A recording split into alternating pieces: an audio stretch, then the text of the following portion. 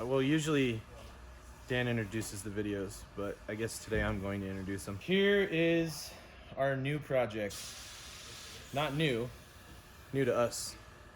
This is a 1989 Nissan Skyline GTS-T. And it's probably the ugliest one we've ever seen. A little bit of backstory on this car. We got this car picked up with a buddy of ours. And it seemed like a good deal at the time. Everything seemed really cool, but then we started kind of running into issues. Namely, it was plasti-dip. The whole thing was plasti-dip white. It had some extra modifications done to the wiring harness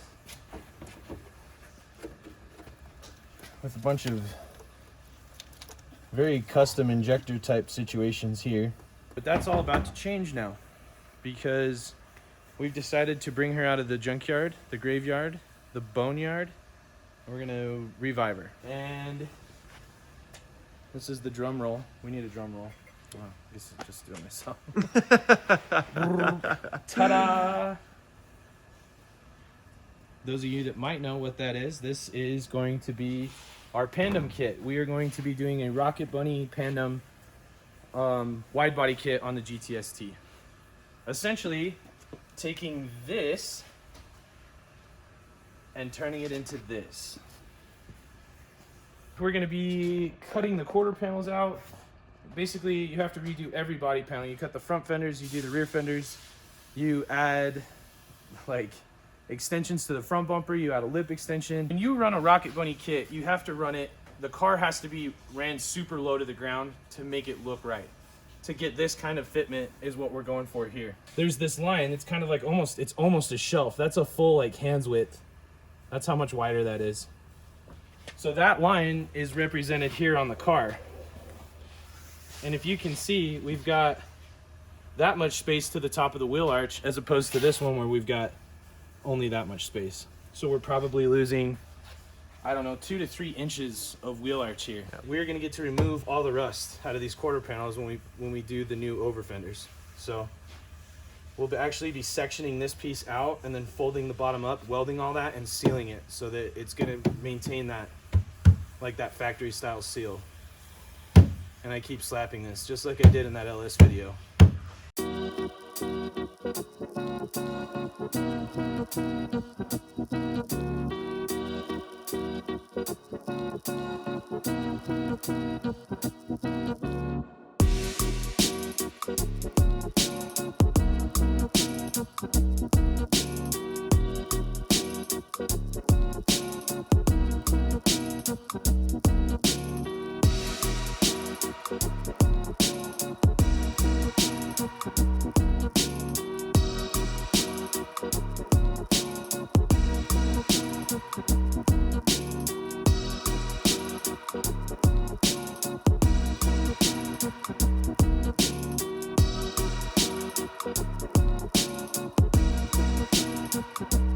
Time for a fun fact with Barnes. So GTS-T is quite a bit different than a GTR. Most people refer to, it seems like most people anyway, refer to all Skylines as GTR. Oh, it's a GTR.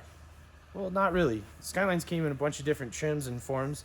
The GTS-T specifically came with an inline-6, 2-liter, rear-wheel drive platform.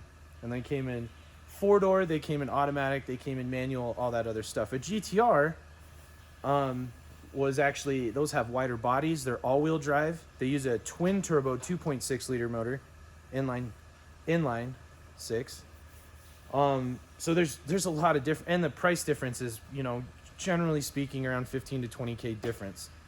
So this is the cheap boy. This is about I would say the cheapest, coolest Skyline that you can get is a turbo GTS-T car. This is the other side.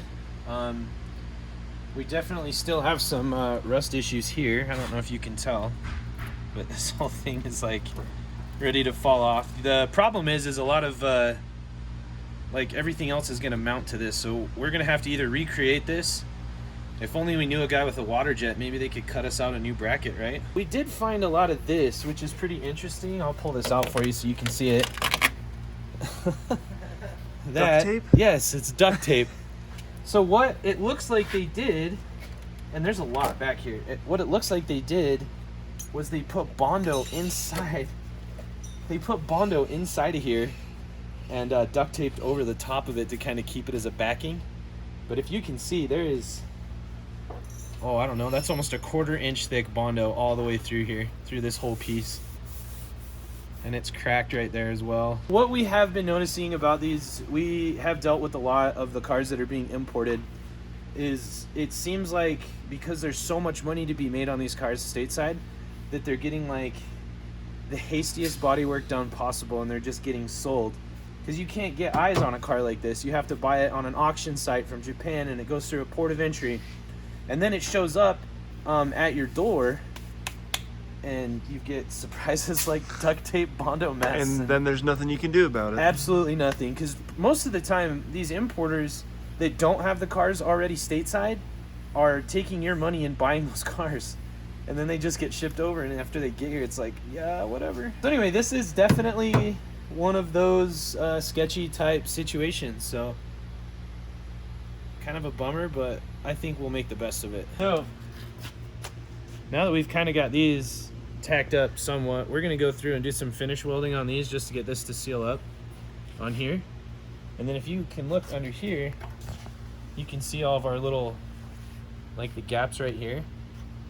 Now generally speaking, if we really wanted to seal this off, we'd put something in there, maybe we'd weld those together.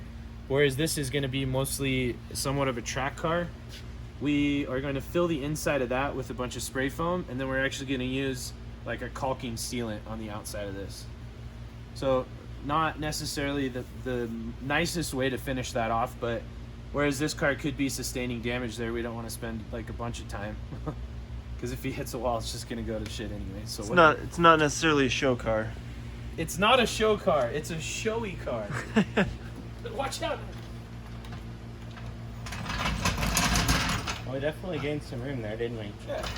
I want to point this out real quick before we put the fender on, that if you look at it from down here, this is, I believe this one is the 10-inch wide wheel. That's the back, that's the 12. So, yeah, that's not as big as that fender.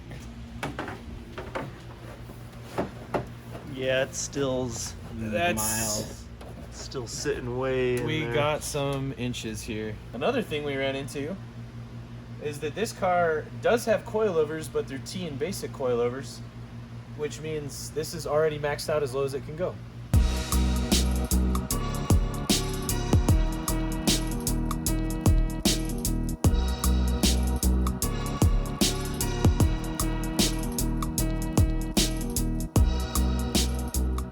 Ready for my close-up, Dr. Man.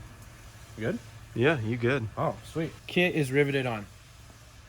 Mock riveted. I mean, it's not completely put on yet, but it is in the spots that it's going to land. We've got our trimming done on the front fender. We did a really good job on that. We need to pull the inner fender liner out of there, which isn't a big deal. The back, we have a gap here, which is where all that rust was causing us a bunch of grief. So we're going to have to come up with a little bit more of a creative way to kind of finish this inner part here out. Important thing to see is this is our fitment right now as it stands. Now these are, out of our set of wheels, they were staggered wheels, so our fronts were skinnier than the rears. But with this kit being so much wider, we just decided we're going to just put the rears on the front and the back to see where we ended up. And it was much kind of like we thought. The wheels were going to be like way too small, like this much too small, which is the same thing we talked about earlier. Front is doing great. We're basically within spec. We are going to... this is with one of the rear wheels on it. Yeah, this is the rear wheel. So we put it on the front just to see where we're at. And we're basically where we need to be. I think just to solve the problems we're having up here with our fitment, as far as poking in and out, we are going to put in longer studs so that we can do slip-on wheel spacers and just get this to clear the brake first of all and kind of fill that gap. So it looks like the front wheel is going to be about 11, I think it's 11.5 inches wide in the front. Here's where we're going to have fun. Luckily for us, we popped on the good old interwebs and found ourselves some 8-inch lips. So that is going to increase our lip size. I think These were measuring out at 6.5. Thought they were 5.5. 5.5 probably. I forgot already. So we're going to increase those to 8. So that's 2.5 more inches of lip that we're adding here, which will fill this gap almost completely, but it is going to bring our overall width to 14 inches wide. It'll be 14 inches wide now. So we're gonna have some serious wheel back here. This is gonna be neat. Right now we're gonna finish bolting our kit onto our other side, get that bolted up, and then we will do some longer studs.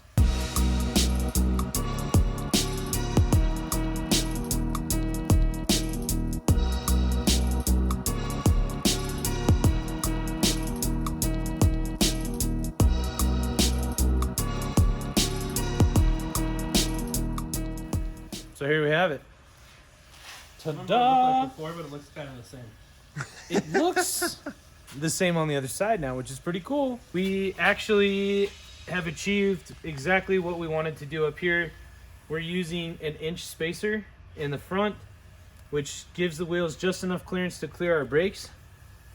And everything is so gosh dang nice. Minus, that is a fat tire for the front. yeah, minus this gap. This is not a good gap. That's a 3-finger gap. You're gonna do a lot of things you don't like. Oh, that's. Oh. Body. Okay. The tire found the body. So you can see that we're using hand measurements on this, so you can see this is 1.5 hand. For how not good we were doing on this project early in the episode to now, it seems like everything's solved. So yeah, stay tuned. Maybe we can figure this out.